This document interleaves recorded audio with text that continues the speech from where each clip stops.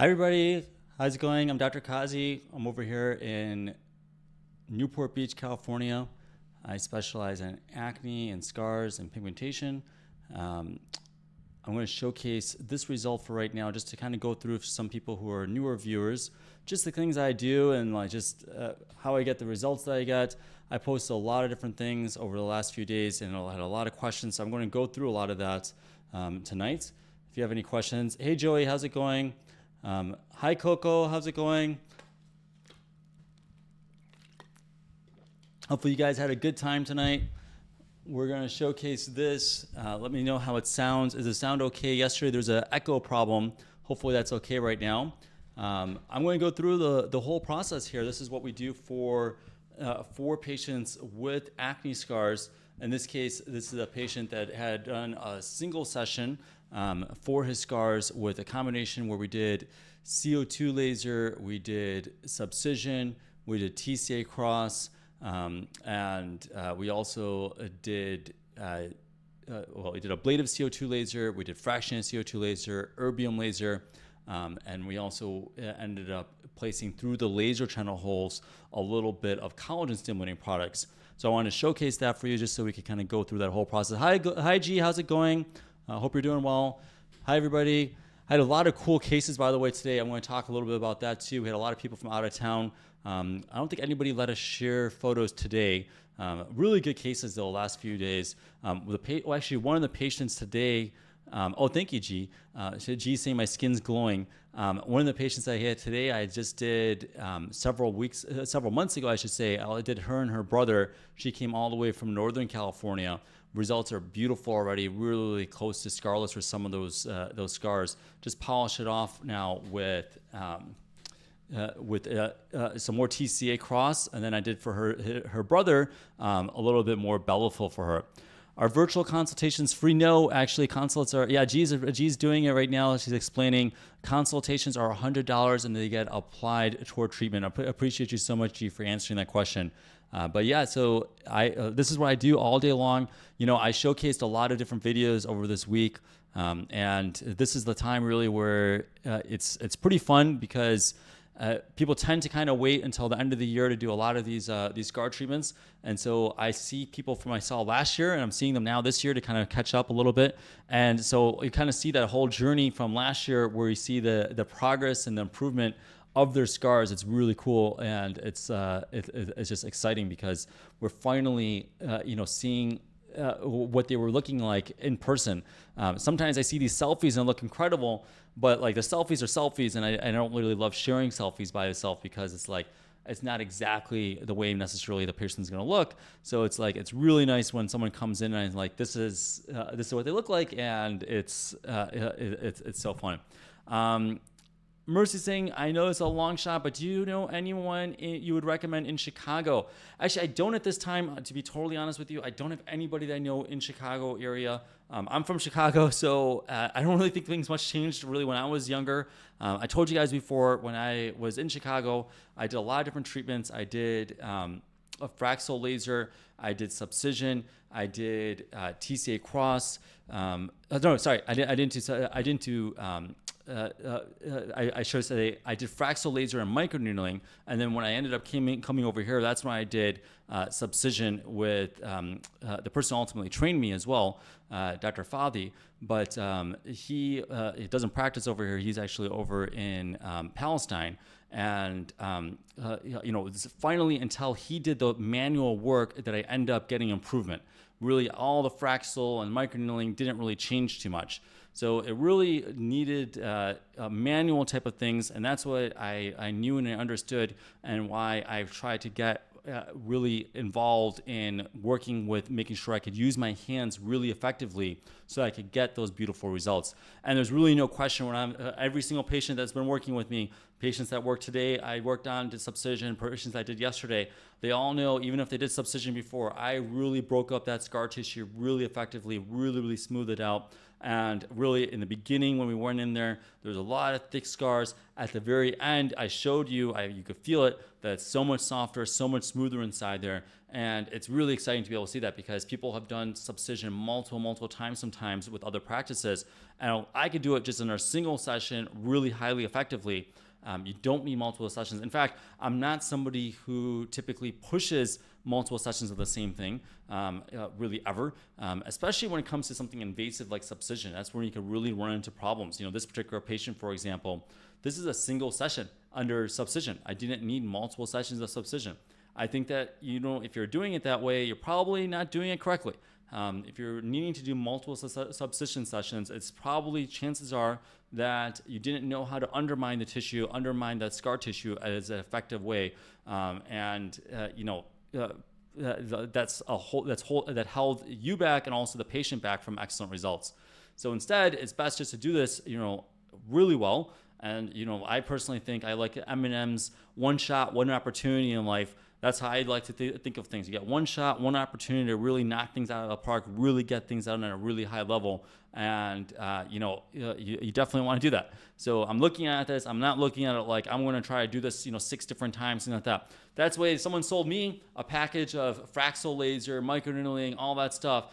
And it didn't do anything. It wasn't effective for my scars. It didn't help me for my scars. I needed things like subcision. I needed things like Bellafill. That's what I needed for my face. I didn't need just a bunch of laser sessions, a bunch of microneedling sessions. And I think anybody who does these things, they know that that's what the case is. That you need to do multiple different techniques, multiple different layers, and a lot of times you do it in a single time. Tara's asking, hey, Dr. Qazi, how much is the unit of Botox right now? It's $10 with us, $10 a unit. I usually use Dysport. We do it the exact same way as Botox. I think it's better, honestly. I think that it's better for me. It tends to last a little bit longer. So I personally love it. I've used every single neurotoxin out there, and I think it's the best. Really, yeah, would love to see you, Tara. So hopefully we'll see you soon. Hopefully you're doing well, by the way. Juliana's saying, I tried 5 subcisions and my scars are still tethered. What should I do? Come to someone like me. That's what I do. I break up the scar tissue really effectively. I've had people who've done, several sessions of subcision. They do a single session with me. They're like, they never had anything like that before. They never knew that you could do it like that. And they thought all subcision is the same. It's 100% not the same. That's what I want you to get some things out of this stuff. That there's a lot of people who say that they do certain things. It doesn't mean it's all the same. There's ways of doing this at a very high level. And I'll tell you another thing. This stuff isn't trained by the vast majority of people. I've had people come to me and I've trained them, but there's people that just, haven't been trained in this stuff, and they don't really know how to go and start doing this. And the old technique that was doing it was essentially, dry sometimes. And that was actually the goal of it, really, to basically dry it out, and you could cause a hematoma, basically. And they actually wanted you to have a hematoma. And it's that's totally not the way I do it. So there's a lot of numbing solution in there. I want to prevent bleeding. That's actually my goal. It's kind of concerning that some people are still pushing that option and going in there with a blade, and they want to cause bleeding. Really risky. Tara saying, what about lip filler? Looking for something supernatural? I do it supernatural, Tara. I'll show you some lip filler results later on, maybe next week or so. But I do so much lip filler. I did a bunch really beautiful. If I have to say, honestly, I actually really like doing lip filler. I'll have to say, honestly, I like doing filler in general because it's really rewarding. You get an instantaneous gratification. You could do it really naturally. It doesn't have to be done really like this overdone look. I think there's a way to do it really soft, natural. I think that if you do it consistently like that, you could just basically have people age very gracefully. You walk around Fashion Island, you walk around Beverly Hills, you see this alienized look out there. It's never been my look. To be totally honest with you, when I was first starting out, I was actually thinking maybe I'm not even going to touch filler. I looked around and I went to some conferences, And it's like these conferences, it's like all these people are out there and like they're stretched out like that. And they're like, all the men have like these huge jaws and everyone is just like crazy. And it's like, it doesn't fit their face, doesn't fit their aesthetic. And it's like, the women have a certain look and it's like these apples in the cheek and all this stuff. And I was like, I really don't want to touch this world. But then you realize that there's a way of doing it with collagen fillers. There's a way to do it or even with hyaluronic acid fillers. If you do it, there's a way to do it. Like it could be really natural. So we could get there. We could achieve that. But it just takes a different way of looking at it. Let's see here. Is this done with filler? This was not done with filler. This was actually without filler at this point. When he came in, I ended up putting some Bellafull in him and doing more TCA Cross for him. But at this point, this was done without filler. I see all the time people say, well, all you need to do is just some filler for your scars. I mean, honestly, if that was the case, everybody would have scarless look. Everybody. Because anybody could put filler in scars. It's not hard to put filler in scars. It's just the thing is, it doesn't last. It's not doing anything for your skin. And overall, it's not, if you didn't undermine the tissue properly with proper subcision, you're really not going to get an effective filler response. I literally today had a patient who said that she had done filler and she actually flew in from Miami and she was saying that she had done filler before, hardly made a difference. I did subcision on her. Actually, she's a younger patient. I did blunt cannula subcision for her, broke up the scar tissue so well. There was so much tether bond over there. No wonder the filler is not going to work there. No wonder it's not going to work. How could it work when there's scar tissue that's pulling down the skin? Where's the filler going to go when you put it in there? So it's kind of wild to me, this concept that, oh, we just do some filler and do this. Good luck. Try it. Go and see how it feels and do it. But like, honestly, it's not the way I do it. I don't showcase filler results like that because it's not real results to me. It's not long-lasting results. I want something that's long-lasting. I want this to be the end of your journey. I don't want you to have to keep on doing stuff. You're coming to me, it's because you want to get at the end. You want this to be the end of it. You want this to be like, you go to me and you're going to get a beautiful result. And that's it. You don't have to worry and stress about this later on in the future. That's the goal. That's what I'm trying to shoot for. I don't want out there that we're not the end. Right? It's really important to me that you are the end. Like, I'm the end. Like, you come to me and like, I'm going to finish the job now for you. And even if it's your first time or if it's like your 50th time, I'm going to make sure that we can finish the job for you at this point. That's what I try to do. That's what I try to achieve. Sinians is saying, does filler cause scar tissue? A good question. I think maybe tiny little bits of fibroblastic activity afterwards, but very mild. I don't think it's really going to be much an effect for scar tissue. Hart is saying, was this done all in one session? How much does this cost, if you don't mind asking? Most patients spend about $5,000 to $7,000, but if they need more things for volume, then it does take a little bit more money, so it could cost a little bit more after that then. How long does it take to get those results? So usually most of these patients are about 6 to 9 months afterwards. So typically that's where I showcase it. And a lot of people will come from out of town, so it usually is about 6 to 9 months afterwards. So this is in this case there. Coley's saying, I noticed a big difference after my procedure. Thank you, Dr. Qazi. It's Marie. Awesome, Marie. Appreciate you. Thank you so much for coming on for that. Really do appreciate you. And maybe we could share your results at some point. Let us know if we could come in at some point and share your results. Glory's saying, I will be looking to book my appointment. I need volume. I'm 55. I do a lot when you're 55 years old. I do a lot more with collagen. Collagen is really important. I'll take care of you, and also potentially with your skin too. We're going to do it, really get everything look like it's all cohesive. So not just the volume, but also some of your skin quality get better. OC saying, hi, Dr. Qazi. I got my last cure done today. You did my injections. Awesome, OC. Well, thank you so much for letting me know that. I'm glad that I didn't realize that was you, actually. So now I know the name to the face, or the face to the name. So appreciate you coming on, actually, to let me know. Let's see here. If I'm prone to keloids, is every procedure high risk anyway for further scarring? No, not necessarily, honestly. I've done it multiple times in patients with keloids. There's ways of reducing keloids. I tend to avoid it when I do the areas with keloids for subcision, but there's other ways of doing it. Tara saying, calling you tomorrow. Remember from last December, I found you on TikTok from my sis. Yes, I do remember. And it was right at December time. Yeah, December. Yeah, I was right. December time, right before Christmas time. I'm glad that we worked out and solved that problem for you, Tara.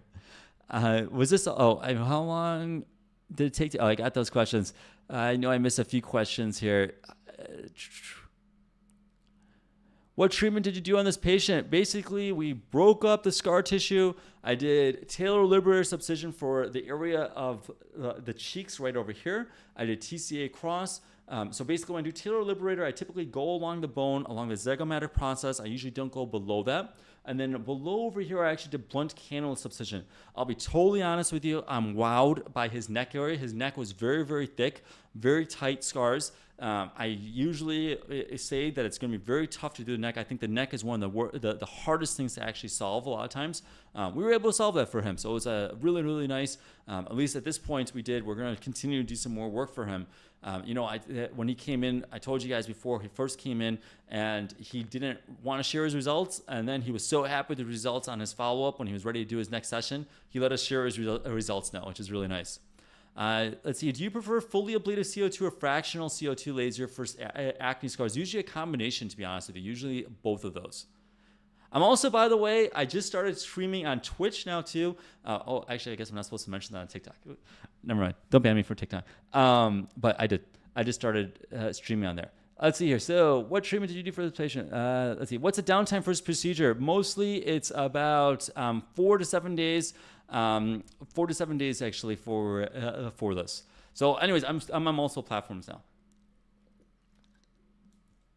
I'm going to do it that way. I'm going to do it on multiple platforms because a lot of people, I don't know, you guys, I've been telling everybody go on different platforms and things like that, but like everybody still wants to stick with their own ecosystem. So here I am. I'm going to be on here and I'll do it from Monday to Thursday at 9 p.m. Pacific time. So if you're a patient or you did a consultation with me too, feel free to jump on and I can answer some of your questions. I'll be able to help you.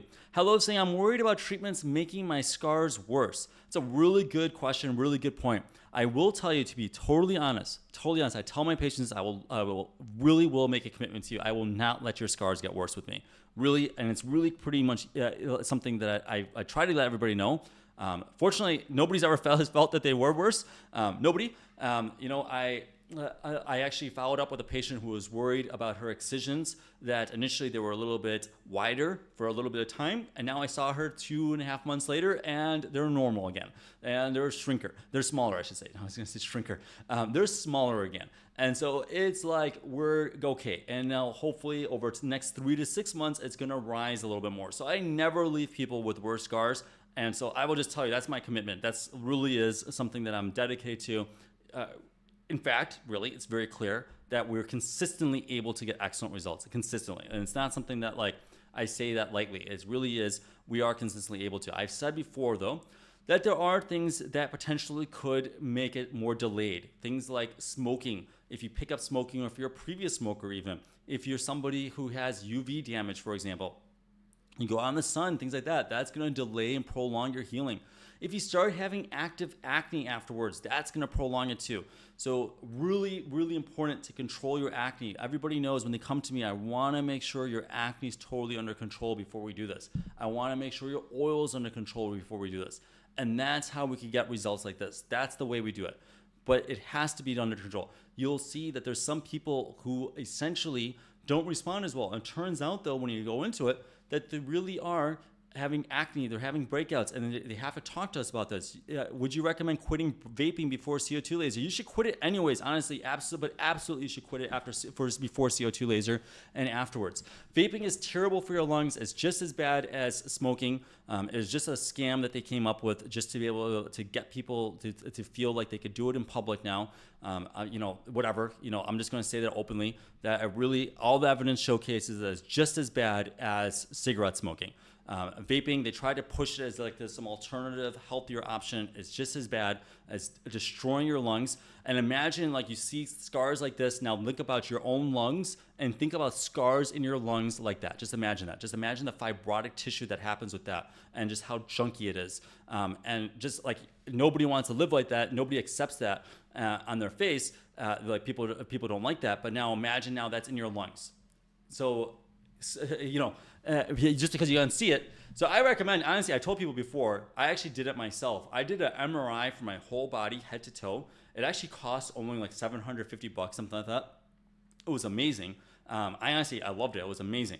It was like I wanted to know from like this point forward. You know, I'm 42 years old right now. I wanted to know from this point forward, I have a clean bill of health. I'm never going to go look back and think, man, I should have actually been checking out myself. I should have made sure that I don't have a cancer or anything like that. Let's say something happens down the line. I wanted to make sure that there's nothing going on with me. And I did it, and I was like, it feels really good knowing that. It felt really good. Like, it's like at this point, right now, today, I'm really healthy. And actually, I decided I'm going to like change some things. I was like, I'm not going to eat as much meat now. I cut back sugar now. I've like wanted to just live a little healthier lifestyle. So it was like, that was like the thing that like woke me up. I was like, so do it, do that. Like, go and get like an MRI and check to make sure that like you're okay right now. I don't know why we discourage it, honestly. I don't know why we talk and say that don't do MRIs. Actually, I do know why. You know why they say not to do it? The reason why they say don't do MRIs is actually wild when you actually hear about it. It's because they say that we don't have the resources if it's positive. If you feel like there's something there or there's some problem and there's too many false positives. That honestly is a pretty poor excuse if you actually ask me. Just figure it out clinically and work through it. But like, wouldn't you rather know if there was a mass growing in you? I mean, I would. That's the thing that's like, I don't understand why you wouldn't do that. Moni V is saying, is there a specific time frame that you need to do TCA cross sessions in, or can you space them out? You can space them out. I do it every 3 months usually or so. For some people, I do once, and then sometimes I do it even 10 days later sometimes, occasionally. Stay True is saying, can you do pico laser treatment for hyperpigmentation while doing acne scar sessions? I wouldn't recommend it, honestly, because we're going to trigger pigmentation a little bit when we're doing acne scar sessions. So it's better actually to wait later on to do that. Personally, that's the way I would do that. Let's see. I missed a bunch of comments. Can't take good health for granted. Exactly. You got to be careful. Humble Warrior, how are you doing, by the way? I haven't seen you in a while. Let's see here. I know I missed a bunch of questions. What did you get MRI for? I did it just for like preventative.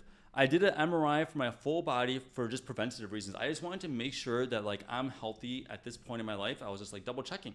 I was like, I'm getting older. It's like, I just want to make sure that everything's okay. They recommend colonoscopies and stuff like that, but nobody recommends doing a full scan MRI. They say it's too expensive. They say it's going to lead to too many studies and too many things. What difference does it make, honestly? Who cares if it's like, if you find something, go investigate it. Like, go clinically correlate that and figure it out. Because I'd rather discover that instead of just like not knowing. Isn't that better than not knowing what's happening? I personally think so.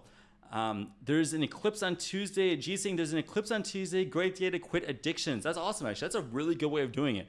Go with something that's just like, everybody is going to see and like just think this is the moment that we're going to actually stop that. That's a really good way of doing it, actually. Tuesday it is for quitting smoking. Do you know or suggest 5FU for keloids? Yeah, I do a lot of that, actually. A lot of times I start a little bit more conservative unless it's really angry or aggressive, but I absolutely could do that. Let's see, I know I missed a bunch of things here. Where did I missed so many questions. Sorry, I was talking a little bit there and I missed a bunch of questions. So if you did see the questions, I will try to talk to you. Can acne scars completely heal? So, it's not that all of the scars could heal, but like, for example, the patient I was talking about that came in, this was her second session. This is about 3.5 months out. She's actually of Hmong ethnicity. I've talked a little bit before about how ethnicities actually do factor into things, and her skin, some of it does look relatively scarless. Like, some of the scars that were there before are gone. I had another patient today actually as well that some of her scars are gone. So it's pretty amazing. Let's see, what are stem cells? When people get microneedling with stem cells, so they're not really regulated that way. It's not something that's really typically approved. And I don't think the FDA has regulated any of them. There are some stem cells that we could get from fat cells that we could do called nanofat that we could use, but stem cells by themselves are not something that I don't use at all, that are basically sold. I actually don't purchase it. I don't use any of them. I don't inject any of them. I don't touch them, honestly.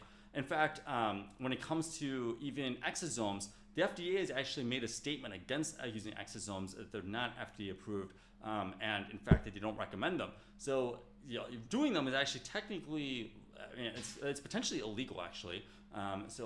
Especially if you're injecting them. So I stay away from it completely, to be honest with you. And that kind of goes into my next thing, which is somebody who's asking about updates of the VP trials. So VP is basically verporphin, which I'm very interested in and very curious and excited about what I'm waiting for. But I'm waiting to get a waiver from the FDA, and it is really important and critical that we get that waiver from the FDA before we do those trials. I expected that because it was done in animal studies and because it was already FDA approved for the eyes, that we could use it towards scars. The idea was that we could potentially get scarless healing that way. I'm still in limbo with it. They haven't rejected it. I'm just waiting. We've asked them now since last week now again, because people were asking again for us to recheck. We've been asking them multiple times now, last week and now this week again. We've been following up with them, and we still have not gotten an answer from them. It has not been rejected, but we also have not gotten that waiver from the FDA. And that is really critical for us to be able to do a study, especially something that we want to make sure that when we do it, that it's going to be safe for patients to be able to do. If they're, first of all, we had an ethical board look at it, and the ethical board said that it's not ethical for us to do it at this point. But they said that if we get an FDA waiver, they'll allow it. So we tried to get the FDA waiver, and we haven't gotten the FDA waiver yet. So that's where it's at. So essentially, I hope it comes really soon. I really, really do. It'll be really nice if we could use it for something like this patient. This patient would have benefited from it. Imagine now we excise some of those scars, and then afterwards he just had as scarless healing as possible. That would be really amazing. I mean, I would love to showcase that. I would love to be able to do that. So hopefully it's very soon. You know, I told you guys before that when it came down to it, actually, the way that they actually had discovered that helicobacteria actually cause peptic ulcer disease is actually a gastroenterologist actually ingested the Helicobacter, and then he proved 2 weeks later that he had an ulcer, and that's how he proved it. You know, he did it on himself because they were like, well, it's not ethical to give patients bacteria, so this is the way he did it. I wouldn't say that, you know, there's an option for me to do that way, but like that's kind of, you know, unfortunately sometimes it becomes a chicken or an egg issue. I really do hope though, and I feel like at least it hasn't gotten rejected, so I hope that we could get that soon, hopefully. So let's see here where we're at with everything else here. Thoughts on secret RF microneedling for ice pick rolling scars? It's going to be pretty unhelpful for rolling scars or ice pick scars, especially for ice pick scars. Ice pick scars are deep scars, not going to help too much for patients because these require really TCA Cross or excisions really to improve. Candy saying, I was debating phenol peel but scared just doing CO2 and I had a chemical peel. I missed what your question was though. What was the thing with the phenol peel? I think I missed what your question was. Exosomes are very popular on skincare TikTok right now. I know, I saw. It's really unfortunate that it was pushed so much, honestly. And same with beef tallow. It's like you know, I looked at it a lot more now. It's like, it's something that's gonna break people out. I just don't really recommend it for my acne patients. I don't know what's going on.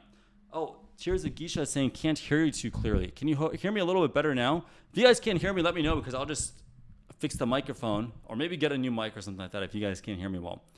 Let's see, Baja Blasting, got Subcision done 2 times and the scars are still there, but not as bad at all. Does my provider do it right?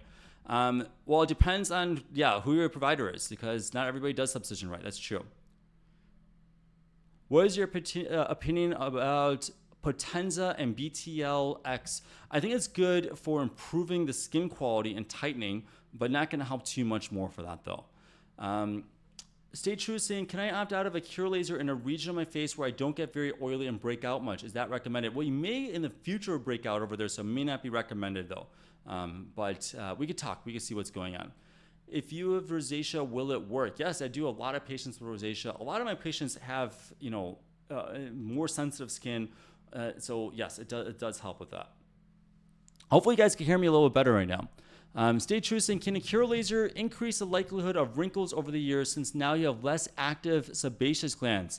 I thought they also help with protecting skin and hydrating.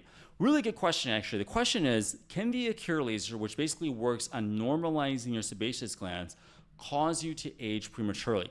It's a really good question. We know from Accutane studies actually that by reducing oil production, normalizing oil production, you do get more of a collagen response afterwards. So that's actually really important actually because what turns out is that having oily skin is an inflammatory process and it actually delays your collagen production.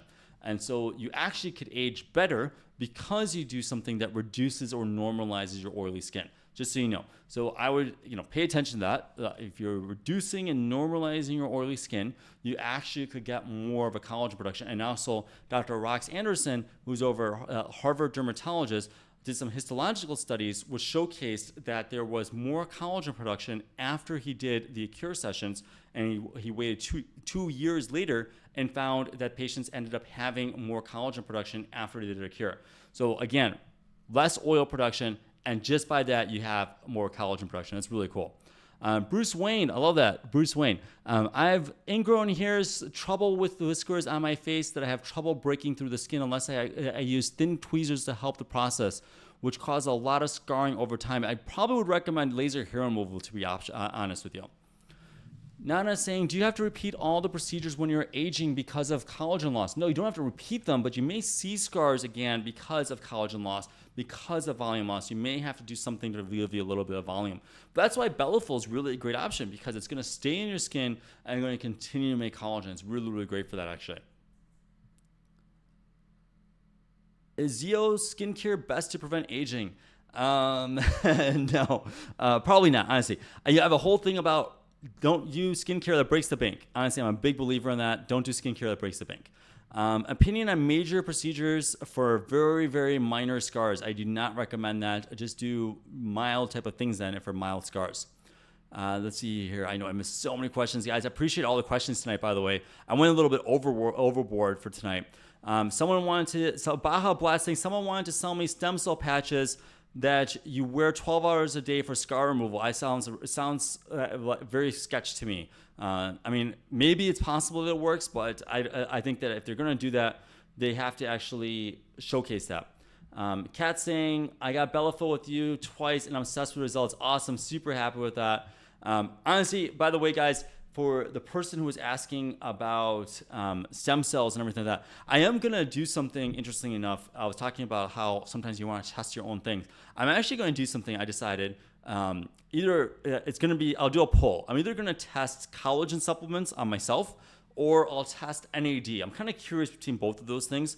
I'm going to do an unsponsored test. We'll do it for a few months. I'll start like videos about it and we'll see what happens with it. So I got to decide which way to go. Actually, maybe you guys could tell me. We'll do a little poll. Which one should I examine and take a look at? Should we take a look at collagen supplements or should we take a look at NAD? Take a look at, I will do one before the other and then we'll see that. We'll see what's going on with it. I actually really am excited about that because I think it's going to be really cool to see that. Actually, the last question is Wanderlust is saying, Dr. Qazi, are you into pro bono work for burn victims? Yeah, I could take a look and see. I kind of maxed out. We did a bunch of people. We're doing a bunch of patients actually pro bono for acne scars. But if there's some point I could have some time, just let us know and we could take a look and see when I could do it. I don't know. I honestly, burns, really, I used to work in a burn unit. I did a lot with burns. Burns is something I care a lot about, to be honest with you. I know I do a lot with acne scars and show a lot with acne scars, but honestly, burns actually are like just terrible. It's terrible stories for people, really is. So if you're suffering from it, reach out to us. I'll take a look and see what we could do. I'll see what our schedule could do. It's probably not going to be this year, I could tell you that, but like maybe some point next year I could do. But I have some actually patients that I'm doing for acne scars, pro bono, things like that like I'm taking care of right now, but at some point I'll take a look and see for burns. It's definitely something I want. I know I could do it at a very high level. I think that it's a big gap out there to be able to do burns. And I want to showcase that also. I want to be able to help out people with bad burns because it's like so devastating for people. Like, you're 2 years old and you pulled a pot of boiling water and one in your face and now you have severe burns. It's terrible. I want to help you with that, so I'll help out people with that. So I will help with that. We'll see. The fillers used after subcision, do they migrate? Would nanofat be an option instead of fillers? I usually don't do fillers the same day as subcision right at the same time, typically, unless I'm doing certain kinds, certain areas. I'll take a look at what's going on there. But how many sessions did this patient need? This patient was a single combination session at that point there. Do stem cells in the future? Honestly, I'm scared of doing stem cells right now. I really am. I'll take a look and see, but I have to take a look and see right now. I have to see if there's something trustworthy with it. But I don't know about the stem cell thing right now. So maybe there's something out there with stem cells. I'm kind of honestly, I'll tell you my last thing before I end tonight, but I've met so many physicians who are so sketchy about, they were trying to get me in the stem cell world and stuff and that. This guy was trying to tell me, he ended up losing his medical license ultimately. But he was telling me he's going to get a yacht or some boat or something like that. and do IV stem cell nonsense on people. And it's like so sketchy, and like I was so turned off by like that whole world. I never really got into it too much because of that. And so far, stem cells are everywhere. Everybody's talking about stem cells like that are just by a bottle. I never really see amazing results with this stuff. So it's like, I don't know, like, but maybe it's out there. I'm not saying it's not. I know for fats, like the nano fat, that does help. I like that a lot for scars. So I'm not going to say it doesn't work at all. I'm just talking about like the bottle, stem cells in a bottle stuff. I don't know, the IV stem cell things, I don't know. It's like, it seems like it's really sketch, and I'm kind of leery of it. So, but the other stuff, but maybe I'm also behind the times. I don't know. I'm kind of conservative when it comes to a lot of this stuff. Like I want to like have someone kind of give us some information about that. Hey, Sanjay, how's it going? I hope you're doing well, actually. I haven't seen you in a little bit of time. I hope you're doing well. They're trying to use stem cells to cure autism. I'm sure they are. I'm sure that's something out there. Like, it's just, what I'm saying is that it's so fringe right now for me. And like, I just don't really love fringe stuff. I'd like to know what is it that's going to help with. Is it potentially going to cause more problems down the line, stem cells? Is it going to cause cancers or anything like that? I don't know. So those are the things I get worried about. I really do worry a lot about cancers. That's why I try to eat pretty clean. Myself, I'm like pretty careful about a lot of stuff like that, so it's like, that's why I said I did the full body MRI, because I always like thought that like, I just need to be careful with that. Yeah, thank you, Serena. So this is my last live for this week. I'll be back on Monday. You guys will see me again on Monday. I'll be on here and I'll answer more questions for you. So I'll help you out. Let me know. Look like people are interested in college and stuff. Just message me and things, and we'll probably do a poll tomorrow on IG so you can see we can